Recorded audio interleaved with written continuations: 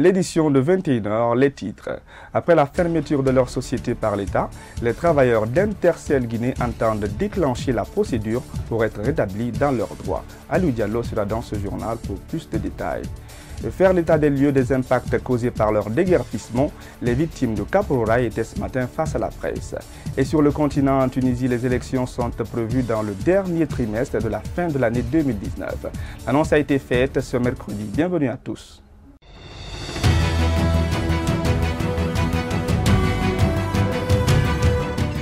Les travailleurs de la société téléphonique Intercell Guinée, fermée depuis quelque temps, ont tenu un point de presse ce mercredi.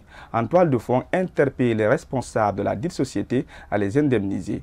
En compagnie de la Fédération syndicale autonome de la télécommunication, ces employés comptent mener des actions pour être rétablis dans leurs droits, disent-ils. Aliou Diallo nous fait le point.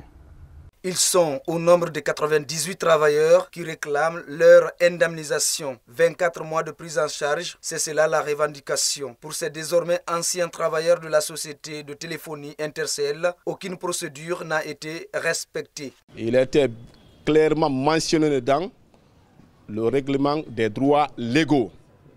Et encore, il fallait aussi payer 24 mois de salaire comme mesure d'accompagnement. Il fallait aussi régler à la Caisse nationale de sécurité sociale. Et aussi, on avait demandé la prise en charge médicale sur une durée d'1 an. Sur ces points, il y a le premier point qui a été réglé, les droits légaux.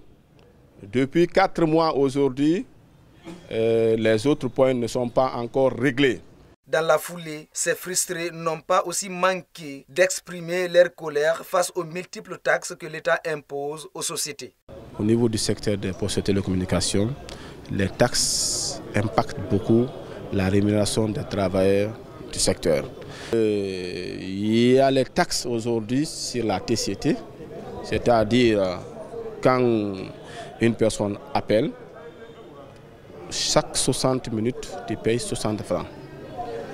Si l'intéressé achète une carte de 10 000, tous les 10 000 ne partent pas dans le chiffre d'affaires de l'opérateur en question. Il y a une partie qui ira chez le gouvernement et l'autre partie va aller au niveau de l'opérateur. En détresse, la majorité de ces anciens travailleurs peinent encore à trouver un autre emploi. C'est avec une désolation qu'un beau matin, on s'est retrouvé devant le bureau d'Intercell en voyant une affiche du ministère des Postes et Télécommunications fermant Intercell sans préavis sans au préalable avertir les employés. Les 98% des employés ayant des prêts à la banque, ces droits légaux-là ont servi à éponger ces dettes-là à la banque. Donc certains se sont retrouvés avec ne serait-ce que seulement 300 000 francs, d'autres se sont retrouvés ne rien avoir après le paiement de ces droits légaux. En attendant la réaction des responsables de cette société de téléphonie, la Fédération syndicale autonome de la télécommunication se prépare pour d'autres actions, affirme le secrétaire général. A précisé que lors de sa rencontre avec la presse, le ministre des Postes et Télécommunications et de l'économie numérique est revenu sur le dossier de la société de téléphonie mobile Intercell Plus. Il a souligné entre autres les raisons de sa fermeture dont il est lui-même l'auteur. Suivez.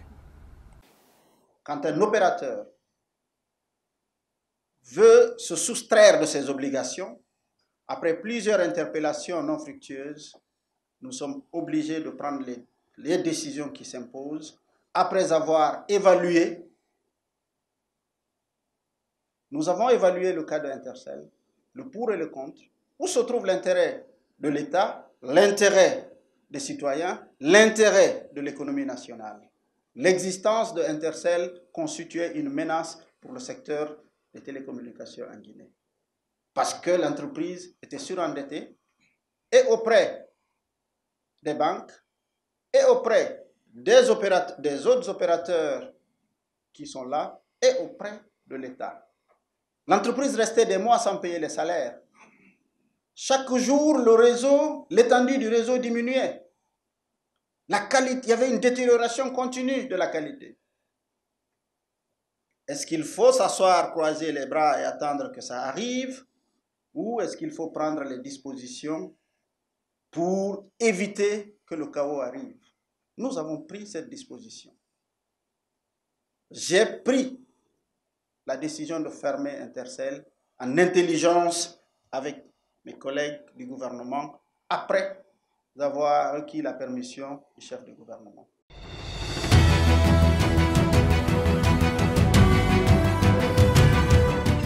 Et depuis le déguerpissement des habitants de Cap-Ororaï, on assiste sur les réseaux sociaux à une floraison de numéros de transfert d'argent pour, dit-on, venir en aide aux victimes. Pour pallier à cela, les familles et plutôt des déguerpis se sont mobilisées ce mercredi pour présenter leur association au grand public et par la même occasion faire le point sur l'impact de la casse. Salimatou Diallo. Depuis plus d'une semaine, l'actualité guinéenne reste marquée par les opérations de déguerpissement du site directionnel de Koloma, communément appelé Cap-Ororaï. Ce mercredi, le collectif des victimes de ce quartier a vu jour afin de mieux gérer ce qu'il qualifie d'ouragan. À ce jour, 570 familles seraient affectées, dont il y a 9434 personnes qui sont concernées par cette opération de déguerpissement. 83 familles aujourd'hui sont en détresse, sont sans abri. Des familles aussi sont éparpillées entre Koya, Dubreka, Pita et autres. 88 autres familles sont dans un besoin réel en termes de nourriture, y compris de l'eau. 808 élèves de façon provisoire sont affectés. 13 écoles privées sont implantées à Cap-Ororaï et aujourd'hui sont menacées parce que les effectifs sont considérablement réduits. Et 38 personnes ont des problèmes de santé, 12 mosquées et une église sont menacées. Le déguerpissement s'est fait de la pire des manières en ne respectant pas le décret signé en 1989 par le président d'alors, le feu général Lansana Conté, a laissé entendre le coordinateur général du collectif. Ils ne nous ont pas donné un temps pour nous préparer afin de quitter habilement. Ils ne nous ont pas informés. Ils sont venus tomber sur nous comme si c'était un troupeau de moutons. Les victimes expriment leur désarroi et appellent le chef de l'État à revoir cette situation qui entraîne une désolation sans nom dans cette partie de Conakry. Ce n'est pas ce que le président de la République a dit le 4 mai 2016 lorsqu'il a présenté ses excuses aux populations de Cap-Ororaï, lorsqu'il a dit que la casse de 1998 était une casse sauvage, alors que maintenant, en 2019, les citoyens sont déguerpis sans avertissement. Et je voudrais dire que ce ne sont pas des baraques qui sont détruites, il y a même des immeubles, il y a des familles qui dorment à la Belle Étoile. Personne n'a été dédommagé en 1998, personne n'est venu se réinstaller après. Ce sont des mensonges qu'on est en train de raconter. Le décret sur la réserve de Koloma a été rendu public en 1989. Alors la question qu'on se pose est celle de savoir quel devrait être le sort de ces personnes qui habitaient cet endroit depuis la Première République.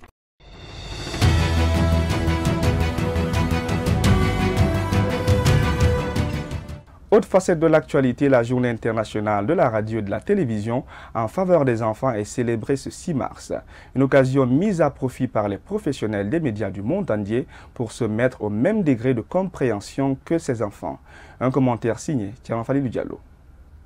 Considéré comme étant une initiative conjointe de l'UNICEF et de l'Académie internationale des arts et sciences de la télévision, chaque année des milliers de personnalités de la radio et de la télévision dans plus de 100 pays prennent part à cette journée, la fêtant sous des formes aussi exceptionnelles et particulières que les enfants eux-mêmes. Ils diffusent des émissions de qualité destinées et consacrées aux enfants. Mais surtout, ils donnent l'occasion aux enfants de participer à la production des émissions, de parler de leur espoir et de leur ambition et d'échanger des informations entre eux.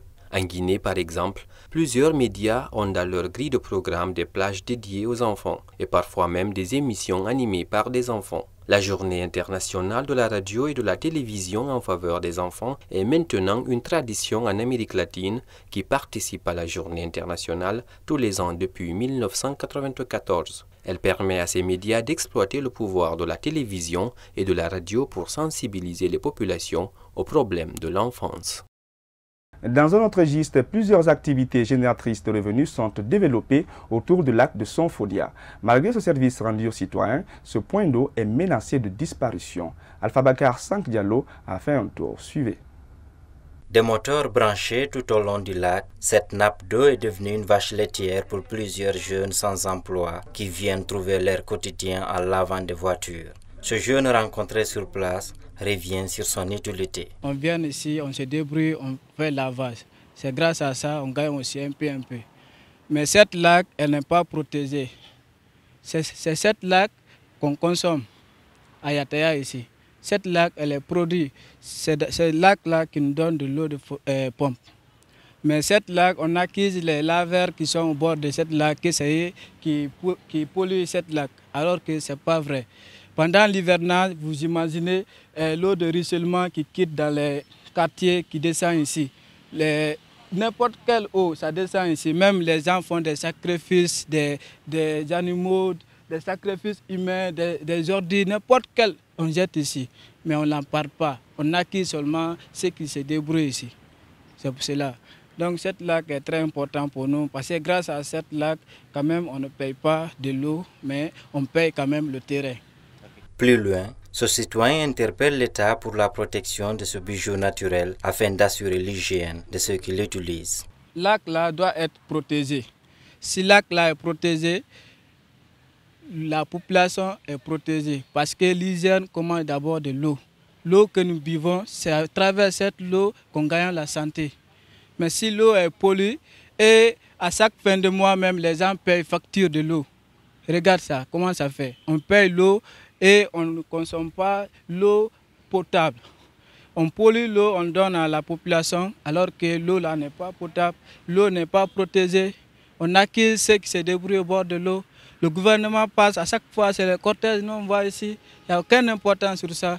On est là, on souffre, et ils envoient leurs véhicules, tu laves les gros véhicules, on te donne 20 000, 15 000, 10 000. Plusieurs activités génératrices de revenus sont développées autour de ce grand point d'eau qui, de nos jours, est menacé de disparition.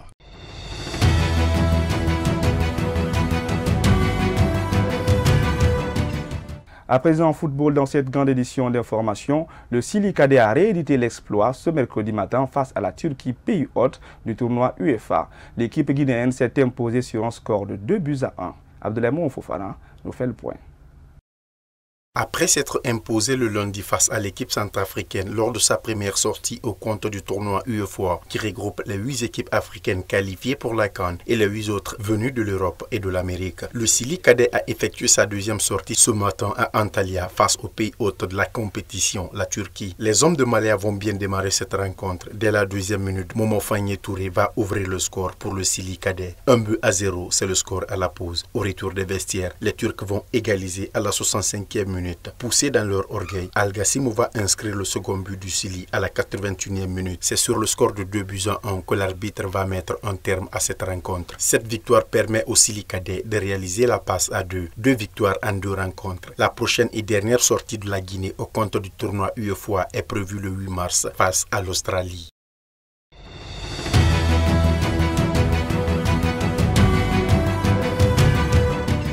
Sur le continent, le président sénégalais s'exprime depuis le palais présidentiel après avoir remporté son second mandat. Macky Sall s'est engagé à faire plus et mieux que lors de son premier mandat et tend la main à l'opposition. Suivez. Ce nouveau contrat de confiance dont j'apprécie le sens et la portée me motive à redoubler d'efforts, à faire encore plus et mieux. Je convie à ce dialogue républicain toutes les forces vives de la nation, sans exclusive, dialogue auquel mes prédécesseurs, les présidents Abdou Diouf et Abdoulaye Wade, pourraient apporter leur contribution. Les élections législatives sont prévues en Tunisie le 6 octobre prochain et la présidentielle le 10 novembre, annonce le président de l'instance indépendante chargée d'organiser ces élections, ISIE. Il confirme la tenue des scrutins dans le délai prévu. يجرى الاقتراع للانتخابات التشريعية داخل الجمهورية التونسية يوم الأحد 6 أكتوبر ويجرى الاقتراع للدورة الأولى للانتخابات الرئاسية داخل الجمهورية يوم 10 نوفمبر 2019. Le président de la Centrafrique, Faustin Archange Touadéra, s'est rendu mardi auprès du pape François et a réaffirmé son engagement à mettre en pratique l'accord de paix de Khartoum, malgré le rejet du nouveau gouvernement par 5 groupes armés. Suivez. Et la réconciliation est en marche.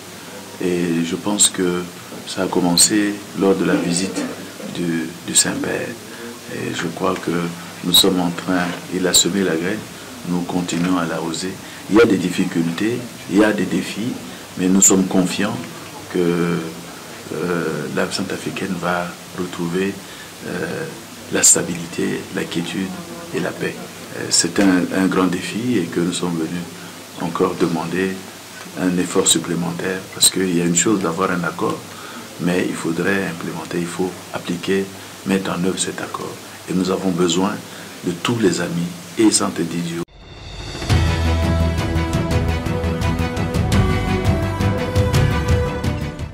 Au moins 16 personnes ont été tuées et 9 blessées dans une attaque suicide suivie d'échanges de tirs visant une entreprise proche de l'aéroport de Jalalabad, dans l'est de l'Afghanistan, a annoncé un responsable provincial. Aucun autre officiel afghan n'a pour l'heure pu confirmer ce bilan et l'attaque n'a toujours pas été revendiquée.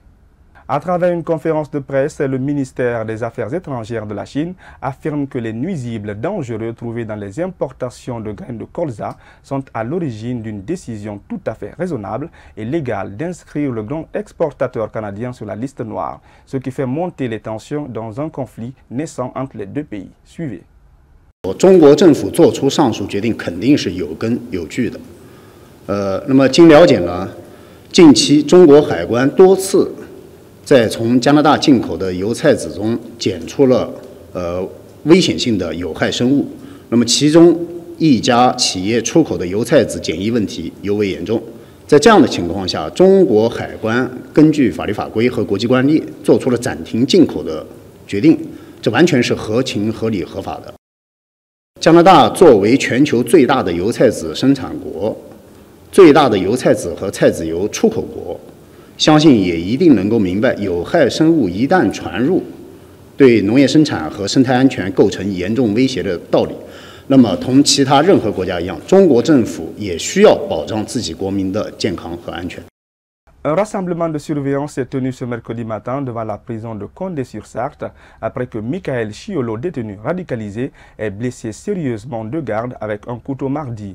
Puis il a été blessé à son tour dans l'assaut des forces de l'ordre dans lequel sa femme a été tuée. Il a été interpellé dans la soirée après une tentative de négociation et de sommation d'usage. Suivez le procureur de la République de Paris. Très rapidement, les équipes du RAID étaient dépêchées sur place.